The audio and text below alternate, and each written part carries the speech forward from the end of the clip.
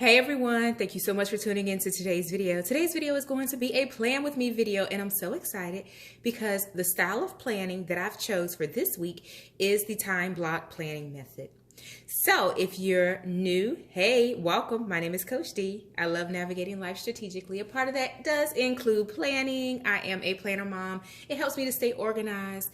And on top of all of the million hats that I wear as a career mom, as a business owner, as a wife, as a mother, as a friend, as a family member, etc. So I love planning, and today's method of planning, as I said, is going to be time block planning, and I want to really walk you guys through how I use that method to really help me organize my time so that I'm not just planning, but I'm also taking into consideration competing priorities and all of the work that I need to get done in a particular week. So if you're interested, stay tuned. As I flip through my planner, the first thing that I notice is that I've not set my goals for March just yet. So I'm going to do that also in another video. Even though we're already in the month, I don't want to lose sight of capturing the goals that I've set for myself in my planner. It's one way that I stay accountable to the goals that I've set out. I am planning for the week of March 8th through March 14th. The planner that I'm using, I showed it in the beginning, is the Simply Yours Day Planner from Planned and Proper. I have a link in the description box of this video that will save you $10 on this planner if you're interested. The beauty about this planner is that you can start the months whenever you choose. So for example, if you've not purchased your 2021 planner yet and you want a 12-month planner, you can start it in the month of April. So you can jumpstart Q2 with a planner and some plans. So go check it out if you're interested. All right, so I am going to use more of a time block method. And for it, I'm going to use the blocks down the side.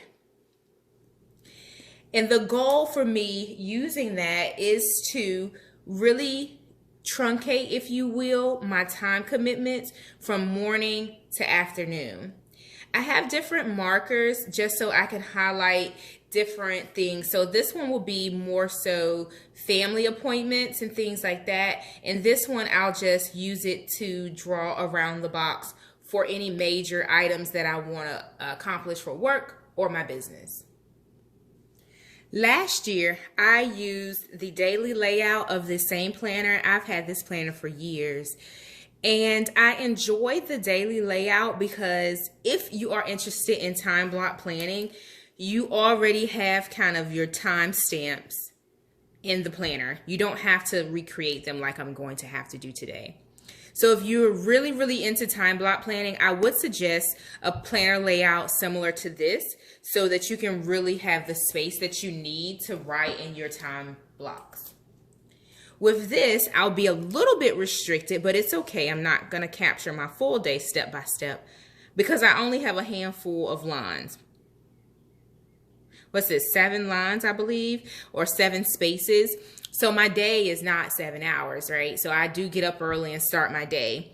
But what it will allow me to do is to capture the major activities of the day and not have to get so far down into the hours or the minutes. And that's helpful for me because I have small children and they're a little bit unpredictable at times. So I want to make sure that I leave room for some flexibility in my day, because if you know, something happens where I have to help them a little bit more in school, or if my work pulls me in a different direction and I'm working, 12 or 13-hour days, which has happened in the past, but I do want to leave some flexibility in my schedule. Okay, guys, so here's my first example. So I highlighted the block from 5:30 a.m. to 7 a.m. as time for my business, Career Mom Community. And in it, I put bullet points for what I will be doing, the tasks, so that I can check them off here. The other thing that I noted, since I'm using my color scheme, I'll have the yellow for work, the purple for my business, and then I need a separate color, I'll grab that, for personal. So I will use the orange for personal. The other example that I want to walk through, just so you can get a sense of how this could potentially work for you, let's take a look at Wednesday. So that is my day off. I am not working on Wednesday, y'all. I needed the break, PTO all day. So I took PTO also because my girls have a hair appointment. So in the morning, since I don't have to worry about getting up and getting ready for work, I have identified 5:30 to 7 as time for working on my website, but then I have a break after that. And I didn't commit anything to that time window. That'll just be kind of my chore time, connecting with my kids' time, since I've been working crazy hours. So I haven't committed anything for that time space, and that's okay. I want to keep it free and flexible. But then we need to leave at 11:30 to go to the hair appointment. Now, during that time, I also documented that I am going to be spending that time while I wait reading. So there's some books that I've been wanting to catch up on. So I am creating a space for me to do that, for me to get some reading done. And that's what's going to really work for me during that time. I'm not allowed to go into the hair salon. There's, various protocols because of COVID right now. So it's a free window for me to really catch up on some self-care, some education, some reading, etc. All right, so my Monday has a really good flow to it so far. And I've kind of been bouncing around off camera, making sure I capture everything, and I'm showing you guys how this can really work. So on Monday, I have to turn my camera on, like I said before, and I put my video times there just so I know to not be, all disheveled or whatnot. It's okay if so, this is our new normal. But anywho, so that's my work block. And then I captured a few of my top priorities for Monday. And then also on Monday afternoon, I should have put that in purple, but the live time for Instagram and Facebook is going to be around 8 to 8:30 p.m. and I mixed up my colors. So I am going to go over that. In the past, I would use highlighters to highlight the time block, but I found that highlighters smear the ink pretty bad, and I've tried different techniques. I would highlight first and then write over it in pen, or I would write in pen, then highlight over it, and I just didn't like how it looked in my planner. So I switched to using just some markers. I mean, these I picked up at, what did I get them from? Michael's. These came in a pack. My kids have gone through my markers like crazy.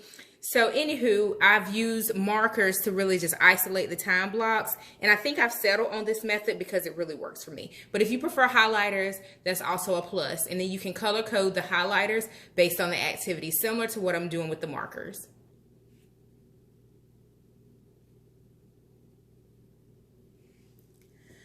All right, guys, so here's my week at a glance, or the bulk of it, what I intend to show on camera. And I have it blocked off based on the times. And I've also captured some notes in regards to my kids' school, whether they're virtual or asynchronous. This week will be a crazy week for them. So I have to plan throughout my day activities to keep them occupied, because I'll still be working on Thursday and Friday, even though they won't have a structured school day. So I'll have to implement some of that structure into their day for them, since they won't have it through the traditional virtual school day.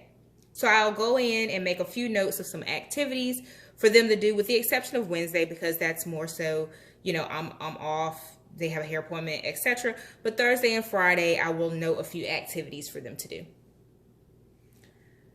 All right, guys, I hope that you found this helpful. If you've tried time block planning, let me know down in the comments. Do you really plan out hour by hour for your day? Or do you take an approach similar to this, where you leave some open windows for your day to be a little bit more flexible? I'm curious. Let's have a discussion in the comment section of this video. I hope that you give it a thumbs up also, and hit subscribe, guys. I would love to welcome you to my YouTube family. I'm going to help you balance, grow, and succeed, and we're also going to have some fun on this channel. All right, until we speak again, bye for now.